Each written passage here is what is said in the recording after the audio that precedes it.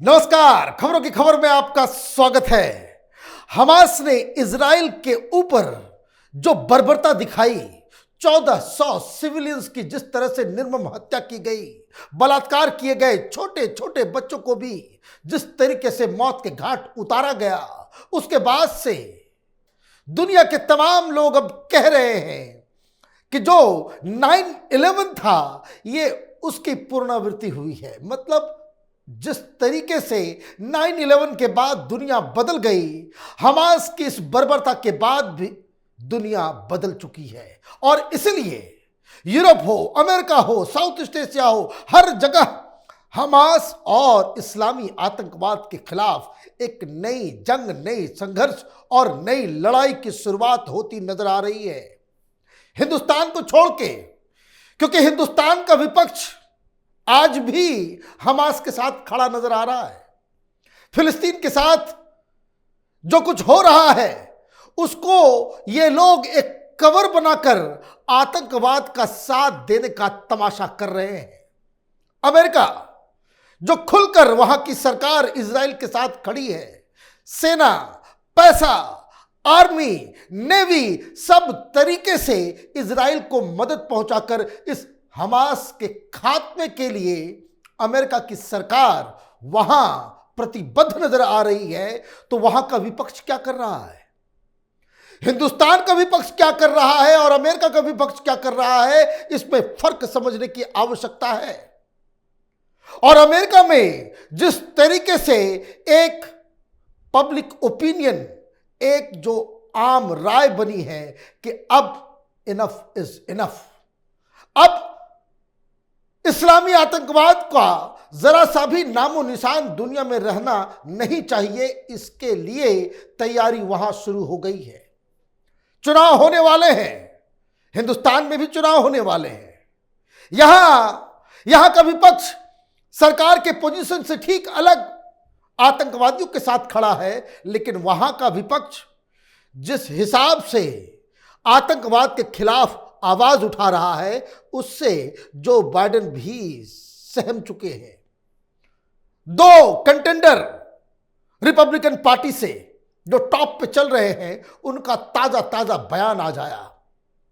बयान को सुनेंगे आपको समझ में आ जाएगा कि हमास ने कितनी बड़ी गलती की है आम नागरिकों, बच्चों, महिलाओं के ऊपर हमला करके। पहले बात करते हैं डोनाल्ड ट्रंप की। डोनाल्ड ट्रंप ने क्या कहा? Former US President and Republican presidential candidate Donald Trump intends to reinstate the travel restrictions on citizens of some countries with a majority of Muslims. He made the announcement at the annual summit of the Republican Jewish Convention in Nevada, Las Vegas on 28th October. He pledged, "We will keep the radical Islamic terrorists the hell out of our country. You remember the travel ban? On day one, I will restore our travel ban." उन्होंने साफ साफ कह दिया, बहुत लंबा भाषण दिया और उन्होंने जो हाईलाइट किया कि किस तरीके से इस्लामी जिहादियों के समर्थन में लोग खड़े हो जा रहे हैं। उन्होंने प्रॉब्लम को बताया कि किस तरीके से अमेरिका के अंदर, यूनिवर्सिटीज के अंदर हमास के समर्थन में लोग खड़े हो जा रहे हैं। और उन्होंने साफ साफ चेतावनी दी कि अगर उनकी सरकार आ गई, अगर वो ऑफिस में गए, तो जो तमाम जिहादी समर्थक हैं कैंपस के अंदर, उनका वीजा कैंसिल कर लिया जाएगा। और उन्होंने कहा कि सरकार बनते ही हमास के समर्थकों को चिन्हित किया जाएगा, उनको डिपोर्ट किया जाएगा। अमेरिका जिहादियों के सिंपथाइजर का कोई कॉलोनी नहीं बन सकता। क्या कहा वो सुनिए। And you're not going to be getting into our country. I will cancel the student visas of Hamas and sympathizers on college campuses. The college campuses are being taken over. And all of the resident aliens who joined in the pro-jihadist protest this month, nobody's ever seen anything like it. Come 2025, we will find you and we will deport you. We will deport you. तो आपने देखा Trump ने क्या कहा। और हिंदुस्तान में यहां फिलिस्तीन फिलिस्तीन के नाम पे हमास के साथ सिंपैथी दिखाई जा रही है। कोई एक्शन नहीं हो रहा। केरल के अंदर लोग मजमा करते हैं और हमास के लीडर का उसमें भाषण चलता है। तो ये देखिए कि किस तरीके से हिंदुस्तान का विपक्ष हिंदुस्तान का ही दुश्मन बना हुआ है। डोनाल्ड ट्रंप ने पूरे प्रॉब्लम को समझाया, बताया कि किस तरीके से पूरा यूरोप जिहादियों के कब्जे में चला गया है। दुनिया में शांति स्थापित करने के लिए किस तरीके से इस आतंकवाद को खत्म करना है, उसके बारे में उन्होंने डिटेल में अपने बयान में एक एक बात दोहराई। State Department, which is admitting colossal amounts of jihadists into our communities and campuses and our refugee programs. That's why you see all of these big demonstrations in New York, in Chicago. Nobody can believe what's taking place. They're letting them in at levels that nobody's ever seen before. We cannot allow that to happen, and we don't want to be like Europe with jihads on every corner. That's what happens. I mean, we're going to be like Europe. You take a look at London, you take a look at Paris, you take a look at what's going on over there. We want to be the United States of America, and we want to make our country great again. Right now, we don't have a great country. We have a laughingstock. As president, I will end once and for all the mass importation of anti-Semitism into the United States. And just as I did before, we will keep radical Islamic terrorists the hell out of our country. We're going to keep them out of our country. We were keeping them out. We were keeping them out. You remember the travel ban? On day one, I will restore our travel ban. We had a travel ban because we didn't want people coming into our country who really love the idea of blowing our country up. Let's blow up our streets and our shopping centers and our people. So I instituted what we call the Trump travel ban, and it was an amazing success. It was suspended immediately upon his coming into the country. And I never talked about this for 4 years. I never mentioned it. We didn't have one incident in 4 years because we kept bad people the hell out of our country. We kept them out. We didn't have not one instance. I didn't want to say it during the 4 years because I didn't want to walk out of the speech and have something happen, right? I'll also be implementing strong ideological screenings for all immigrants coming in. If you hate America, if you want to abolish Israel, if you sympathize with jihadists, then we don't want you in our country. तो ये है America का विपक्ष। हालांकि अभी Republican party की तरफ से उनका नाम फाइनल नहीं हुआ है, लेकिन रेस में एक हिंदुस्तानी विवेक रामास्वामी वो भी हैं। वो भी आजकल अपने कैंपेन में लगे हुए हैं। उन्होंने क्या कहा, उनसे जुड़ी हुई क्या खबर आई, जरा सुनिए। विवेक Ramaswamy, who is in the race to become the presidential candidate from the Republican Party of America, said Israel must use all its strength to eliminate Hamas. 100 Hamas leaders should be rounded up and hanged at the Gaza border. Only after this should Israel strengthen its border defense. I have full confidence that if the IDF gets a chance, it will play a hand of defending Israel.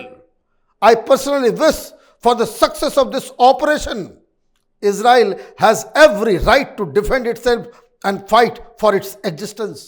यह विवेक रामास्वामी का बयान था और किस तरीके से उन्होंने इन बातों को कहा, उनकी भी एक बाइट को जरा सुनिए आप। would love nothing more than for the IDF to put the heads of the top 100 Hamas leaders on stakes and line them up on the Israel-Gaza border as a sign that October 7, 2023 will never happen again, and then to use all of those saved resources to build the border defenses of the future. But that is Israel's decision to make, not ours. That is what David Ben-Gurion would tell Israel to do. That is what George Washington would tell the United States to do.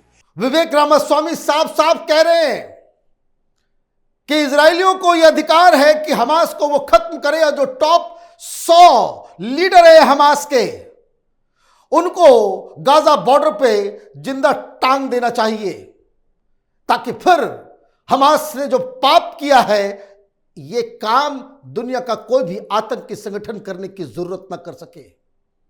Violence के खिलाफ पूरी इंसानियत को खड़ा होने की आवश्यकता है। हमास के कुकर्मों को फिलिस्तीन के नाम पे उसको ढका नहीं जा सकता।